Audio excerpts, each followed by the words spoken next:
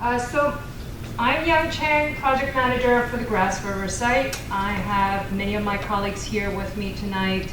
I have Scarlett McLaughlin from DOH. I have Jay Wilkins from SRMT. I have David Trump from New York State DEC. Dan Casey is the one that's going to tell us about what's taken place the past 1 month since our last meeting. And we also have Larry McShay from Arconic. And we also have contractors who are going to brief us on monitoring aspects later. Dan? Okay. Hello, my name's Dan Casey. I'm the construction manager, as Young said, on the Grasse River dredging project for Arconic. To give folks an update on where we've been in the past month. At this point, dredging-wise, we're at about 77,000 yards of material dredged from the river. That's out of a design quantity of about 81,500 yards of original pass, first pass design. Recall that we go in with a set design and dredge limits for each dredge management unit down through the river, and then we get into a cycle of sampling, verification. Samples get taken, and we address additional excavation dredging needed based on those samples. So we know what we're starting off with, about 81,500 yards. We're not certain where we're going to end up. We have some rough ideas and projections. We'll talk about that in a minute. So at this point, we've got about 77,000 yards out of initial design of 81,500 yards. That puts us at about 94% complete. And what that really means is we step back in original first pass, original design dredging. Looks like we'll complete first pass dredging around the end of next week if things move forward like they have and remain consistent. Might go into a day or two into the week, the following week, which I believe is the week of the 23rd. In any event, we're very close to ending first pass dredging volumes. If we start to look at this from an over dredge, second pass dredge standpoint, to date we've removed about 4,900 yards of second pass driven material. We expected just some projections we made at the beginning of the project. We expected somewhere around 11,000 yards, or put that out there as a number to work from, which means at this point we're running well below of that 11,000 yards. So we'll see how this plays out, but we're in good shape, and what this means is if I'm asked where does this bring us to completed dredging, to me it looks like by the time we address the second pass material, we may be into first week of October, kind of a dart at this point given where we are. When we talk about backfill, we've got this, at this point, about 51,000 yards of backfill placed. That's out of an initial projected volume somewhere, again, if we start with design volume, let's say about 95,000 yards, where we actually end up with backfill volumes, we're projecting maybe 105,000 yards. There's several reasons more goes in than comes out, and we've talked about that in the past. So we're at about 50% plus or minus with regards to completion of backfill. What that means to us from a schedule standpoint, we step back and it really looks for us to finish this in backfill placement. It brings us right up to around Thanksgiving time. So that's going to be, as folks know, we're up against it there weather-wise, and and nobody can predict that. Last year, for instance, we had ice closing in on us right around that time, a little bit earlier than that. So we'll see how things continue to play out, but those are some rough projections for us at this time. I did bring along a couple different photos. Folks have seen what the staging area looked like the last several meetings. This is just a photo of a typical dredging operations. This happens to be at the unnamed trib, an outfall not an outfall, but a tributary to the Grasse River. And I thought this was a pretty neat photo. Shows you a lot of the different equipment that the contractors brought to the project. Dredging operation, typical dredging operation, which has done 99% of the dredge work. The other excavator over there, that actually is an excavator they call the swamp buggy. That excavator floats and propels itself out onto the river and moves along that way. So that's been a handy piece of equipment, getting us into the shallows, giving us good access, and getting us out easily, or more easily. The other photo is just an example of the staging area, of the material, the clean material side of the staging area. I just brought it again to demonstrate the different types of material. It's a pretty complex backfill design that is being installed as part of this project. And you can see the several different types of material that are going back into the river in an attempt to try and establish the habitats back in the river bottom back to as close as possible as to what it was.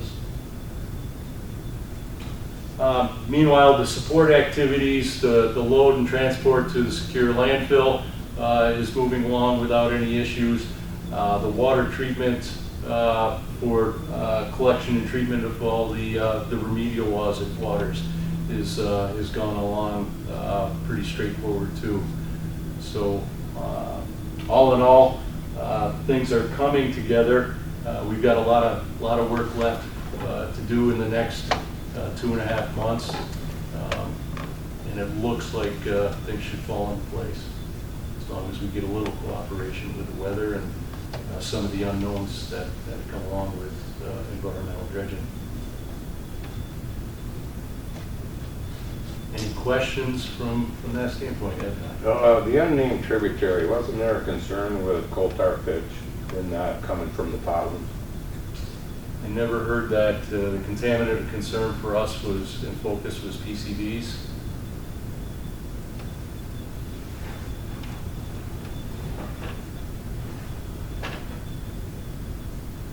Anything else? Why don't we open up to Q&A after we cover the monitoring aspect?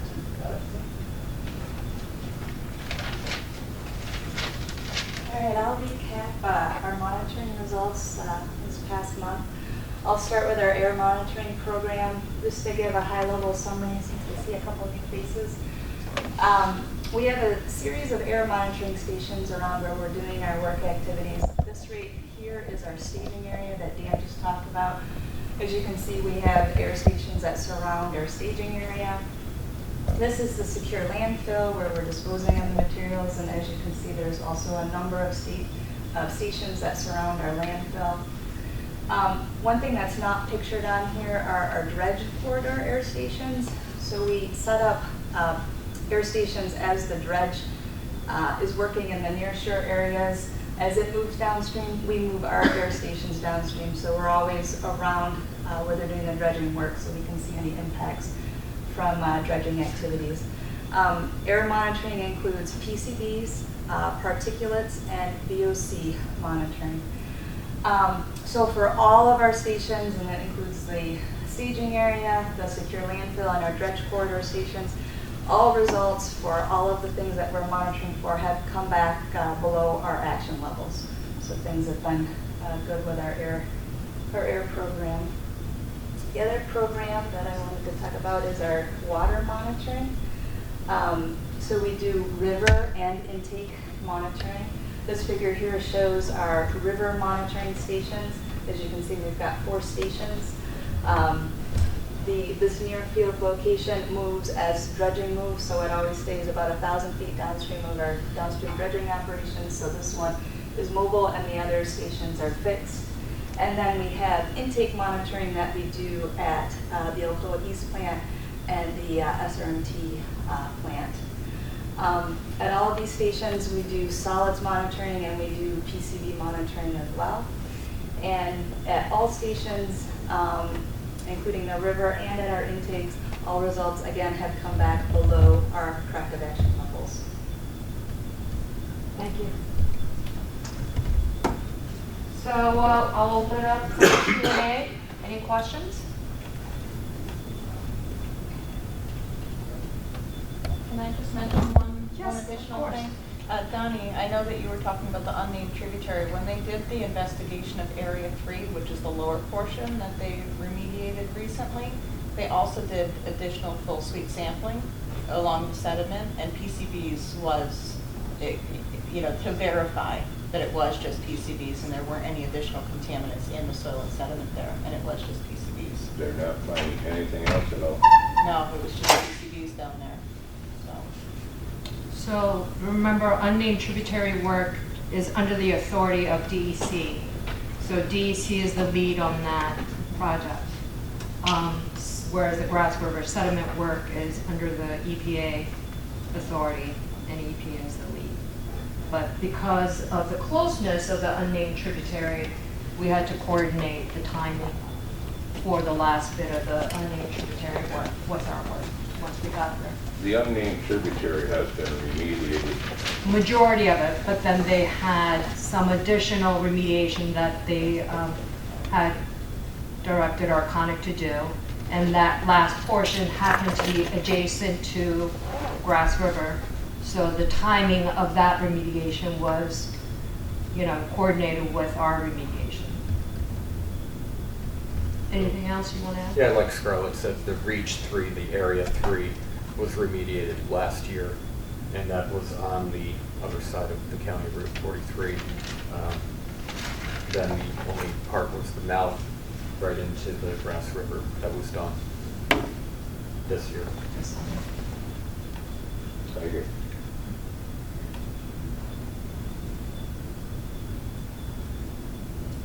Anything else?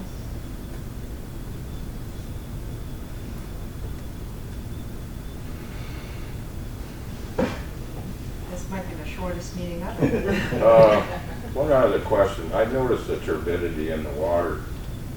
Do you anticipate formations of maybe sandbars or something outside of the work area with the water carrying a lot of particulate matter? Do you expect that to be settling someplace down in Lake St. Francis and maybe building up sandbars, stuff like that? I don't think so, but we do monitor TSS based on the state's requirement.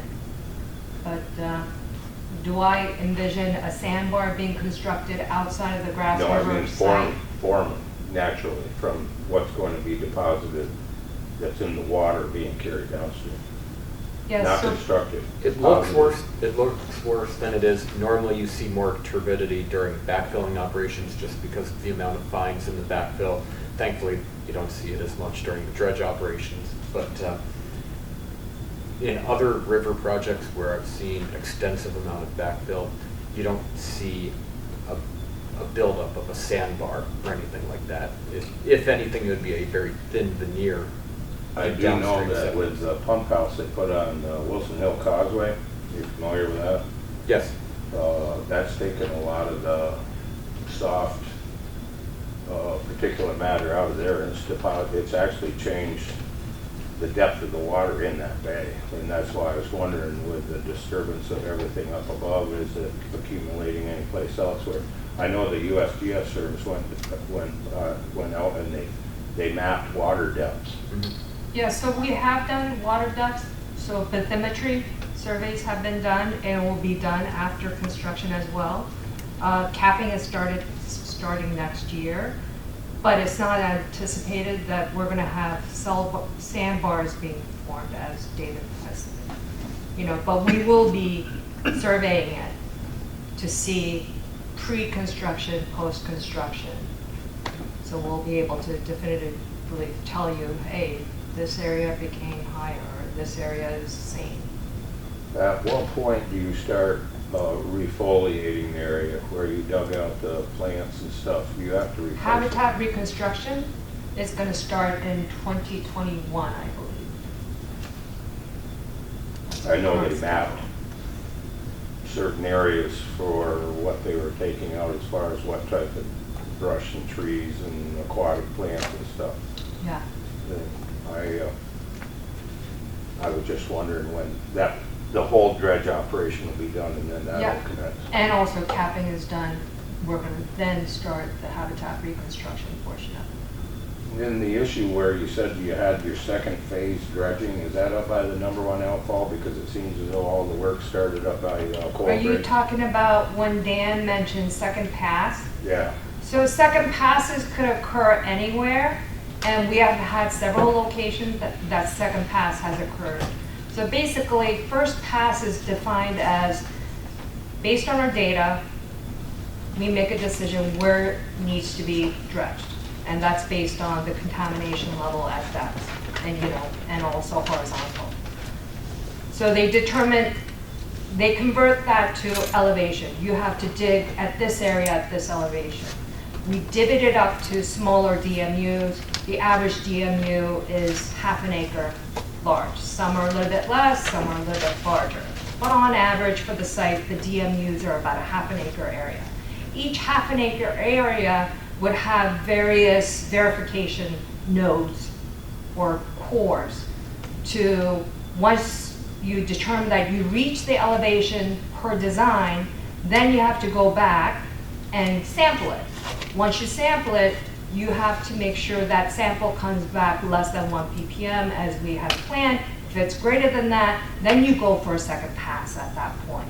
You go through that same iteration pretty much again, potentially, if you don't need it after the second pass. So you could have up to 3 passes at this site. But just to get to the first pass, it doesn't mean the equipment goes over it once and back and that's it. You keep going until you reach the elevation that you designed and said, oh, that's the elevation I want. So the first pass could take quite a longer time to get to and verify, yes, we reached pass 1. Second pass may be a little bit less, but also incorporate into that all the surveying that needs to be done in order to verify the elevation. And then you also have to collect the sample and you have to get it analyzed and validated. So that whole process takes several days. so second pass is determined by sampling whether you've gotten a certain level of... You do that elevation check and then you do sampling. So both. So is that what's happening at the #1 outfall? I noticed that the work started up by the bridge and it's worked away. Alpha 01 was already completed last year, and it was confirmed last year. Some of the plant restoration work was going on this year for Alpha 01. Alpha Are you talking Four? 04 on the other side of the bridge? which is T1N Just area. downstream from the... Closest to your house? No, downstream from the bridge where the Okay. monitoring stations are. I noticed they Yeah, had Alpha the booms 01 back up and the barges, and they weren't there last couple weeks ago. That was just downstream of that outfall, Donnie. There was a DMU that needed to get back in and do an additional cut in. So you didn't get down to the levels that you had anticipated yet? Some places we needed multiple passes. Right, the Some PCB places only had 1 pass. Some DMUs had 2 pass. Some DMU had even up to 3 pass. Since that... But it's not limited to that one area that you're asking but about. since they resumed at the #1 outfall, I haven't seen the air monitors up by the Alcoa Dam. They're not digging there, they're backfilling. Well, they're backfilling. Correct, Dan? That's what they're doing now. Yeah, they're backfilling. That's already been dredged out in the... Oh, okay, all right. Well, I was just wondering, I thought there was, maybe you didn't get to the levels you wanted, you had to take some more out, and there wasn't any air monitoring going on. Previously, that was the case with N03. What you're seeing there now is backfilling operations. I've had some people inquire, I don't know if some people in town know my history of following all this, and I guess they go to me rather than you people for answers. But on your monitoring stations at the dredge, or at the secure landfill, the river, we might as well say, goes east and west. And you do have monitoring to the north in the secure landfill. When you go south of the river, it's on the river's edge. Why did you choose not to go farther inland with your monitoring into the community? Why are these Yeah, by the river's edge? Well, like I say, those are next to the river edge, and then quite a distance away, you have them around the secure landfill. But if you go on the south side of the river, you're not doing any monitoring on the south That's side. because you want the monitoring where you're going to have potentially the highest hit. You're going to have the most or highest hit potentially where the work is being done. The work is here, so the monitoring is surrounding the work. If you don't have a hit closest to the location of the work, you don't anticipate having hits based on our work somewhere out further away. My That's why we don't interpretation of where have the work monitoring is- points further My away. interpretation of where the work is in the river bottom, where it's being disturbed and exposed to the air. Each dredge operation, in addition to these fixed locations, each Has dredge mobile. operation has mobile stations, and they do surround it both north and south shore. So they move with the dredging operation. You're talking about on the barge itself? No, these are land-based. They're end up. Like say, for instance, Dick's. They had one inland up on the lawn Yeah. on the south side. There's 3 that moved with the barges. Yeah. And they came back a second time, they dredged to where they thought they were supposed to be. They came back, tested, and found out they still had a little more, so they came back and re-dredged again. When they did, the air stations came back up on the lawns, and once they got down as far as they went, then the air monitoring systems went away, and the barges with the sand and the stone came in, and the silt curtains went in. Once they did all that, they did the testing, and everything went away. We have over 50 DMUs, these potentially half-acre average areas. So instead of printing out more than 50 of these figures to potentially show you the locations, we just verbally communicated to you that it moves with these, dredging units, basically. But these are fixed. The staging area is fixed, and the landfill is fixed.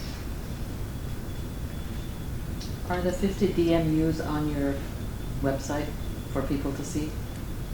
No, we don't have a You figure don't have- for the 50 DMUs monitoring points. It's wherever that dredging unit is, it's surrounded by monitoring points, 3 monitoring points. We did produce for the project some samples, but I don't know if that was included in our design documents or not. I think it's an attachment to our community health and safety plan. Okay. Which is Which is on the website. website. Yeah, they show typical setups. Yeah, that's a typical setup. Yeah. I don't think it's everyone. We have figures that do show like the draft DMUs and Uh-huh. as you move down the river. Oh, okay. So you might want to check the Grasse River Site.com. And that will be the CQAP. Community health and safety. Community health and safety. Oh, okay. Yep, just that. CHASP. Yes. Do we abbreviate it as a CHASP, or is it spelled out? It's On the spelled out, website? it's got a hot, Abbreviated. it's got- Yeah. There's a tab for monitoring plan, so it might be in there, underneath there. Do you recall? It's where, I think if you access the data, it's at like the very Yes. top of it, it says, it has a quick summary of what we did. Oh, okay. I think there's a link up there to it. So it's under the EMP. Because I think I forwarded an email to you, right? Did I send you an email about the site and where to access the monitoring data that we share? So it's in there. Okay. And that's where the health and safety plan is? Yes, the community health and safety plan, yeah. And that's where she's saying that there's additional figures with some samples of the mobile monitoring based on the DMU numbers. Just on the subject of air monitoring, in some of the previous sessions you mentioned sometimes getting hits at the secure landfill. Has that been Yes. resolved? Is that something Yes. that's not an Yes. issue since then? Sarah, do you want to explain that again, how we came from 4 monitoring points within the landfill and then we had a hit and we had a secondary layer of monitor? Yeah, we had some hits at SLF Air 4 and Air 3. So as a corrective action, we set up what's labeled on here is PD and PC. And so these are further down in, and all the data that came back from PC and PD has been below our action levels. So we were only seeing the elevated hits, if you will, at Air 3 and Air 4 that were the corrective action levels. And those, we have not seen a result over the corrective action level since I think July. So it's been a bit since we've seen the movement. And so everything's been below. We also took corrective actions at the landfill itself to minimize the air emissions. Put a spray cover over top of it, and we identified the material that was coming into the landfill that was most likely causing the problem and made sure that was covered over. Yeah, so you were able to resolve that? Yes. Yeah, great.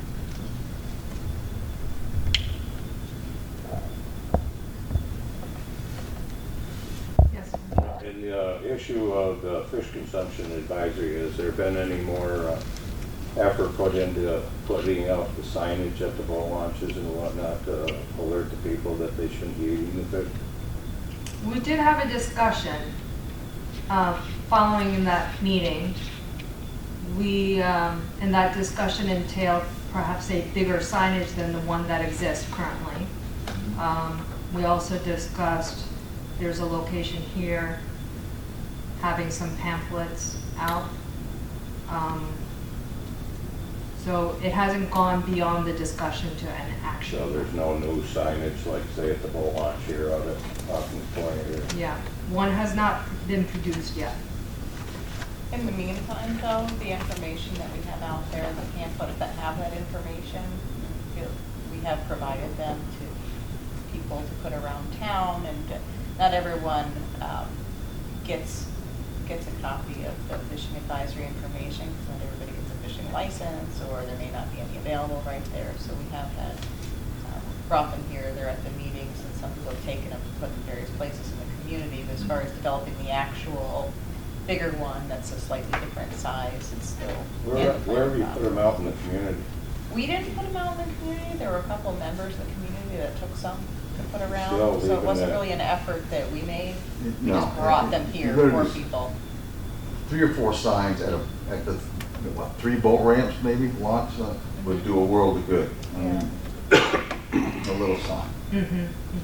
You know, Are there specific boat ramps that you're thinking of? right here at Hawkins Point. is where a Right. lot of the This market one you guys fishermen talked go. about Right. last time. The Ambex on the Grasse River, and probably one right behind Blevins. Those are the only 3 that, What's the third location? right next to the, Just down past the job site. yeah. Well, that covers the people that are hauling their boats to these places, but you have people coming up river in their boats. There was signage put out so that they could read them from the water, but I know that they've been overgrown. They were too small to be read in the first place. We got people coming over from Canada. We got a lot of people from the reservation. We got people that are coming, they're launching downriver and coming up here. And there's no visual to tell these people that when they come into this area that they shouldn't be consuming these fish, or they shouldn't be catching these fish to take back to their local restaurants to sell. And this has been frustrating. It's something I've been hammering away at for how many years? And I have gone so far as to contacting the senator's office, Ags and Market, DEC. DEC is behind me on this issue with the fish being sold in the local restaurants, but I'm being told it's going to take an act of Congress to do anything about it. The practice is going to persist until some agency gets together with another agency and then gets with our state representatives and passes laws. This is going on, and it has been, to my frustration, for many, many, many years. I don't know how many of these people go to the local restaurants for a perch dinner, but chances are there's a highly likely that you're eating contaminated fish. Not just you, tourists, and the locals. Did you reach out to that contact that we provided you? I Were you did able get a to hold of the get- Ags and Market. He was going to turn it over to his attorneys, but I have not heard from him. And I had added on my list of things to do for the last 2 weeks, but Follow up. I've been pretty much out straight, and Yeah. in a few instances I completely forgot about it, but I put it on my things to do, and I hope to talk to somebody and find out. I talked to Ags and Markets more than a couple months ago. John Luker Yeah. spoke with? Yeah. And he was Right. going to take it to the legal department, and Yeah. from what I'm being told, this is in the ballpark of the DEC, Agriculture and Markets, and various other agencies, but nobody seems to be contacting one another and coming up with a plan on how to address it. Not even the signage is being taken care of. And I find that amazing. It baffles me as to why there's not more efforts being put forward to curtail this practice of catching fish that should not be consumed, and especially selling them, being sold to unknowing parties in these restaurants around here. As the chief from the reservation, he spoke to the people from the reservation that come and catch it and sell it to the restaurants in Canada. It's known that this is going on, and you need to talk to the bait shop operators and. And I think it's, I mean, the problem is it's not, you know, unfortunately, Department of Health, we have a fish consumption advisory. So I mean, when it comes to something that, you know, you have some sort of indication that people may be selling the fish to places for consumption, then Ag and Markets. I mean, I definitely encourage you to follow up with them, let them know that this is The only thing that I got positive from Agriculture and Markets is that they feel that they are the authority to step in, because under the definition of the law, if it's processed, it puts that in their wheelhouse. And when the gentleman asked me if were they being processed, I said, well, they're being filleted. He goes, that's processing. So the definition of a violation with Ag and Markets has been identified, but I don't see anything happening with that. Well, it's a positive news, though. Thank you for reaching out to them, and it sounds like they're the proper authority that has some power to do something about it. As for the signage, that's something we can do, and I believe it's my personal, my concentration has been really on the remediation efforts, so I kind of let this slide, but I will definitely make sure this item gets done. We'll discuss. The signage was addressed many, many years ago, and as Mr. Ashlaw can tell you, he's seen one of the signs, but he had to, I believe he said he had to use a pair of binoculars to read it because it was so in such an obscure place, and It's pretty small. yeah. And it's a white background with black. At my other sites, usually it's yellow and it's about this big. But there's no standard size necessarily. It's kind of a negotiated effort from site to site with different I can tell you one PRPs. thing, right now with those gates open on Long Sioux Control Dam, and the fact that that swimmer got sucked through those dams, you drive around this island out here and tell me you can't read the signage that they have out now. It's bold, it's out there, people see it. Wow. These fish signs are non-existent. We almost had a second person go through. We They did have one. They had a second one go through? Almost. They got him before he went. He was hanging onto a log. You know, they did have the guy that went through the Robert Moses too with the Yeah, kayak, kayak. besides the long CDM. Well, there's newer types of signs that I've seen. A lot of sites have had them developed, and like Jen was saying, brighter colors, a little bit bigger. That big would be So- fine. These signs out here, it's very clear when you drive by them, you know that there's a current issue and that you're to stay away from the dam. But there's, when it comes to these fish consumption signs, it should be bold, it should be right out there, it should be right in people's faces, and it should start people talking about it. I can't believe it. The people that I've talked to over the years, and these are well-educated people that had no clue as to what they were consuming in the local restaurants. And there were people that were part of this group that never knew. Okay, I will definitely make that one of my charges for action. Signage, EPA with my colleagues in Arconic, we will get back to the drawing board and come up with a better visible signage. We will have to, coordinate with the property owners. I don't know who the authority we would contact for here, probably NIFA, I'm thinking. Vets is privately owned, so I would have to request Arconic to speak with Vets. And then the third location you mentioned, I don't know who the property owner would be. The third launch. Oh, it's the local car dealer that opened up a trailer place right there. Blevins, right off 131. Who's the owner? Blevins. He's not really letting people access okay. there. Yeah, that's No, not public a few, access. but not very many. But people use it anyway? Occasionally, they use, not as much as they used to, but they do. Sign wouldn't hurt. But you gotta consider the people that are coming waterborne into the area. Right, but anywhere it's a privately owned property, we Right. have to consult with them. We're not gonna be putting private, Yeah. signs. Alcoa On owns their all this land that's property. being worked on. No. No? So the majority of it. Yeah.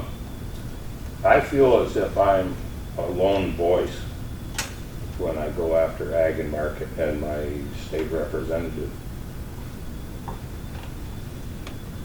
I would think that the DEC, the Board of Health, the EPA, and all the agencies that carry the clout would collectively be going after our representatives to get this addressed. Because as I say, this has been an issue of mine, as you know, for many, many years, and absolutely, practically nothing has been done about it other than those few little signs. It just boggles my mind that it's such a serious issue, and you can scream from the mountaintop, and everybody says they hear you, but there's nothing getting done about it. We can contact Ag and Markets again. Well, I'll be calling them again this week. I mean, we can have Senator call them too. As That's for what I would like to see. EPA, I would like to see recommend- the senator calling them. I'd like to see our local representatives, the EPA, the DEC, everybody, and kind of put a thorn under There their isn't side. as much value as a project manager for me to call them and say, this is what I've heard from a citizen. However, what might be more valuable is if you wrote a letter to our regional administrator saying, hey, I have observed this myself. I am a resident of this location. I think you represent an agency that's supposed to protect the environment and human health. Could you give us support and contact so-and-so? I've always been under the But impression hearing that that, directly from the person who witnessed these fish being caught from Grasse River and being sold, and reaching out the head of my regional administrator would be the best. Was he then will personally contact or maybe write I've a always letter? been under the impression that these meetings are for the proper authorities, and I say the people in this room to address the concerns that are brought to them. Like if I have a concern about air monitoring, you guys take care of it. If there's an issue with truck safety, the contractors take care of it. If there's another issue with something else going on pertaining to this project, I always thought that you people were here to hear of our concerns and make sure something gets done about it. Yes, though, but. When we have the authority. Yes, but the perch fishing has nothing to do with the remediation of the Grasse River. That's an entirely different scenario. And within the Grasse River, it's not even illegal to fish Grasse River. People can fish Grasse River. Yeah. That's not And it's not illegal an to issue. keep them and eat them yourself, it's not illegal to, Yeah, but you do, Right. you do realize that the byproduct of your work here is going to elevate. not the byproduct of our work, it's byproduct of their work. Okay, the work, the dredging, you know that as a byproduct of this work that's gonna be done, you know the contaminant levels are gonna rise in the fish. And that was demonstrated with earlier, I think it was the 01 outfall in, what was that, 95? They noticed a spike in the contaminant in the fish, and then 2 years later, they did find out that the contaminant levels dropped lower than that they were when the initial work began. So you do know that you are riling the water. You're going to make the contaminant levels spike, but it's somebody else's issue, authority to get that addressed. That's, We're not disagreeing with you, Donnie, and you know I'm not disagreeing with you. I know you're not. But it's, like you bring this to, well, my organization's I lawyers. was very encouraged when the chief of the tribe brought it up, because there is a man of authority to bring it to the powers that be. Right, but who do we bring it to is the thing that we gotta get. You know, it's ag and markets. They've determined that there is an issue with this fish being processed. It's, apparently, if they just took the raw fish in a bucket and sold it to restaurants, they, you know. They're not breaking any laws. They're not breaking any laws. But then if the restaurant fillets it and serves it, Then the restaurant can be held accountable. they've broken the law. You know, if I was a drug dealer down here in the corner, you'd find a way to get in my house and put me out of business. But this issue here, I think it's just as grievous. Even in that case, I can't do anything about it. Yeah. I have no authority, Well, right? maybe the wrong So- analogy. One of your comment was, I don't understand why you can't support me. I gave you a suggestion how we can support you.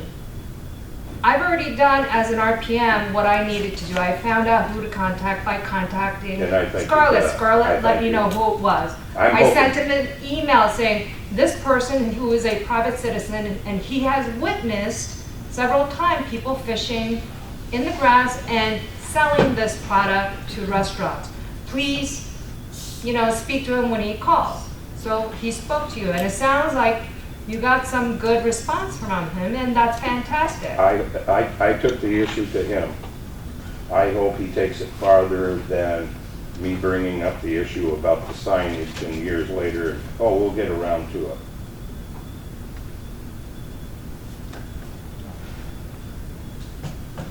Thank you very much for your time.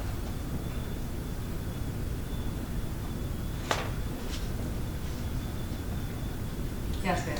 I just recalled a previous meeting you mentioned, before the project started, you had done an assessment on impacts.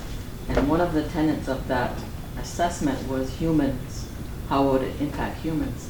Human So- health and risk Yeah, human assessment. health. So Mhm. it keeps coming to my mind what Donnie's talking about is impacting human health. And I know you brought Scarlett? Yeah, Yes. Scarlett here. But the point, he's driving the point is, it's affecting human health, and how is this project, like you said, you're interested in how it impacts human health, as you said in the previous meeting. So today, he's just underlining that point again, that has been raised previously. So the human health risk assessment and the ecological risk assessment that EPA does at Superfund sites such as this, the main purpose of that is to determine, is there a risk? And is there a risk such that if you do no remediation at the site, that it's a problem? So the purpose is to determine if there is a risk that requires remediation. So that purpose has been served. Based on that risk assessment, we determined that yes, there is a human health risk.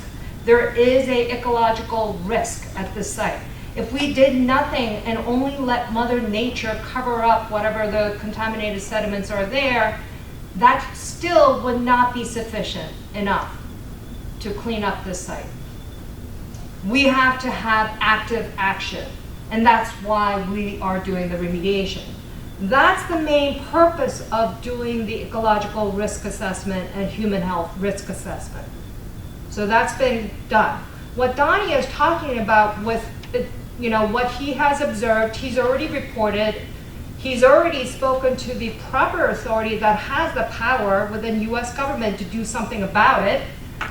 He, as a private citizen, has reported that. Found somebody, identified somebody who can do something. Hopefully, he will do something. So, to me, it would seem that EPA would be doing due diligence if they took a step further and took some of Donnie's points and acted on it. Because you're only assessing, there's remediation in the dredging, but those fish, the perch, the walleye, sturgeon that we talked about in the last couple of months, are not going to be studied like you said. You said possibly in the future, but you say that don't eat any fish. No, ma'am. There is contamination in the fish, and that's why DOH has an advisory not to eat the fish. The action based on what Donnie has said, the two comments he's just said, what we can take action is with the signage. The signage currently is too small and they're not as visible. I agree. And I explained, I've been concentrating on the remediation. It's my own fault for not taking action quick enough. I'm going to make this one of my priorities this fall, to work with our group to come up with a better signage at these locations, with an understanding that depending on the property ownership, we may need to negotiate the size or where it goes. But that's something we can do. But somehow trying to stop people selling fish that they catch from Grasse River, I don't have any control over that. And regards to other fish, we will be analyzing those other species of fish, as I explained previous times, once the current list of fish start declining. Time at which we expect those to be added will be when these current ones are going down. I've talked to people that live in close proximity to the project, and it's their wish that this had never been riled up. Some people are of the belief that this should not have been touched. Well, we heard that at the public meetings, even before the remedy decision. I do agree that in the end, it's going to go down. It's going to go down significant. That was demonstrated after the experimental dredging at the 01. But we do know, it's a known fact, that when you do disturb it, those levels are going to go up, and I would like to see that signage in before the next fishing season, because people, they're going to be catching fish that are worse off now than they would have been if you'd have left it alone. We are making this as a group a priority, the signage. You heard Dottie clear, Larry. We're going to work on the signage this fall. I've been getting hoarse bringing this up for years. I am so sorry. I'm just wondering, and this seems like another, I'm sure you've got a long history, Donnie, on this, and I believe you're with a Fisher Association, right? The St. Lawrence County Fisheries Advisory Board, we report to the county legislators on this. Would not an action, and probably you've done this, but really a letter to all those restaurants that you think would be in a position to be purchasing fish, and is just advising them not to purchase fish that's been caught in the Grasse River? Would that, you got nothing to lose. You can do it on behalf of the Fishing Association. I don't know whether or not the tribe would be willing to do it. And that's just one concrete step. I don't think any restaurateur would be willingly serving fish that if they realized was contaminated, because they care about their clientele. You're probably right. And that does go across the border. Yep. It goes down into the reservation. It goes beyond the town of Messina, because these contaminated fish are being sold all over the county. As a matter of fact, the head of DEC law enforcement told me that there's a fish buyer in Jefferson County, and a lot of these fish Down to New York City? they go to Vermont. Okay. They go out of state. Now, as far as talking to these, what we call market fishermen, some of us guys on the Fish Advisory Board went and talked to them. We told them that they shouldn't be eating that fish, and one guy's response was, I know that, I don't eat them, I just sell them I in the just sell 'em. restaurants. Yeah, pretty ironic. But I mean, that's a concrete action that really, once you've got the letter written out. I'll bring and, that up to the yeah, Fish Advisory you can Board get it at our out next to, meeting. and either they look at it and read it and take it to heart, or they toss it in the garbage, but you got, it's a no regret action, you know. It's gonna be a monumental task trying to cover every place these fish go to. You might find some volunteers. We're only a small group of a half a dozen guys, and it's a monumental task. I would say any concrete information that you have about any specifics. make About sure- locations where it's happening, or? Any specifics of information that you have about people collecting those fish? We and actually selling made up a them list of to these provide? so-called market fishermen, and it's quite a lengthy list, these people that make their, I mean, it just may hold more weight when you do follow up with ag and markets, and, you know, it just, having actual concrete, you know, I saw this on this date, or I saw this on that date, well, this that's just, information that's the may- hard part. That's like trying to find catch Yeah, the drug whatever. dealer with the bag in his hand. Yeah, just, you know, something that's a bit ambiguous, they may not take as expeditious actions on. But if you say I've had, you know, I've run into, you know, 30 different groups of people that have said that they're selling these to restaurants, this is a big problem, like some sort of numerical information. Well, each one of us guys on the Fish Advisory Board, we're from different towns around here. There's a guy, he knows who the sellers are in Augsburg. I know who the sellers are here in Fraser and Messina and Lisbon and Waddington. Another guy knows where there's a whole bunch of people that sell their fish. But it was my hopes that maybe if this fell into the hands of agriculture and market, they might conduct a sting. And no forewarning, just go and catch them in the act. And put it and send a shockwave through the restaurant community that, boy, I better start knowing where I'm getting mine from. I know you can't buy clams from Boston unless they're in a bag that has a seal on it. It's the same thing as harvesting a deer around here. You have to have a tag on that. You have to tell them where you got it, what time of the day it was when you took it, the whole thing. And we tried to get that with this selling of the perch, but you don't know where your scallops and shrimp are coming from. It's no different than that. But thank you for your time. I will take it upon myself to get a hold of Ags and Markets and see what their legal people are saying, and I'll bring that back to you. Well, I would really appreciate seeing the signage. Yep. Any other questions or comments? Yes, ma'am. So if the work ends in, say, December, when the river freezes, are you going to No, hold- it's anticipated by November we'll be Oh, out. November. Normally, every construction season, we're out by November. Okay, so, Somewhere in November. so are you going to have, I know you said this is the last one, but. Last open house, yes. Last open house, but wouldn't it be possible to have October and November just to give the final updates to the community? There's really nothing different. We're going to continue with dredging until it's completed or weather closes us out. We will have another public meeting at the beginning of the season next year. But no, I don't plan to have a open house. We don't have any scheduled. This will be the last public comment. Open house of this year, yeah.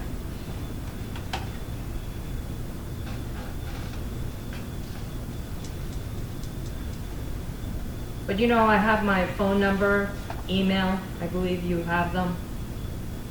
You could always reach out. Tonight, I believe only private citizen is Donnie. Everyone else is somehow linked with MCA or some other organizations or environmental organizations.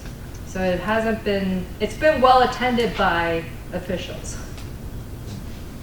Well, I'm here as a Akwesasne, a community member that is impacted by this. Even though I live on Cornwall Island, on the Canadian side, it still impacts me and it impacts Akwesasne that live on the Canadian side, like we've said since the last couple of months.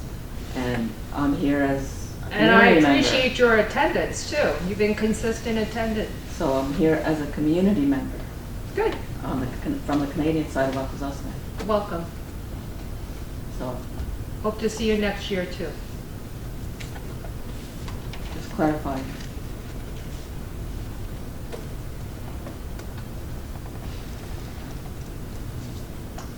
All right.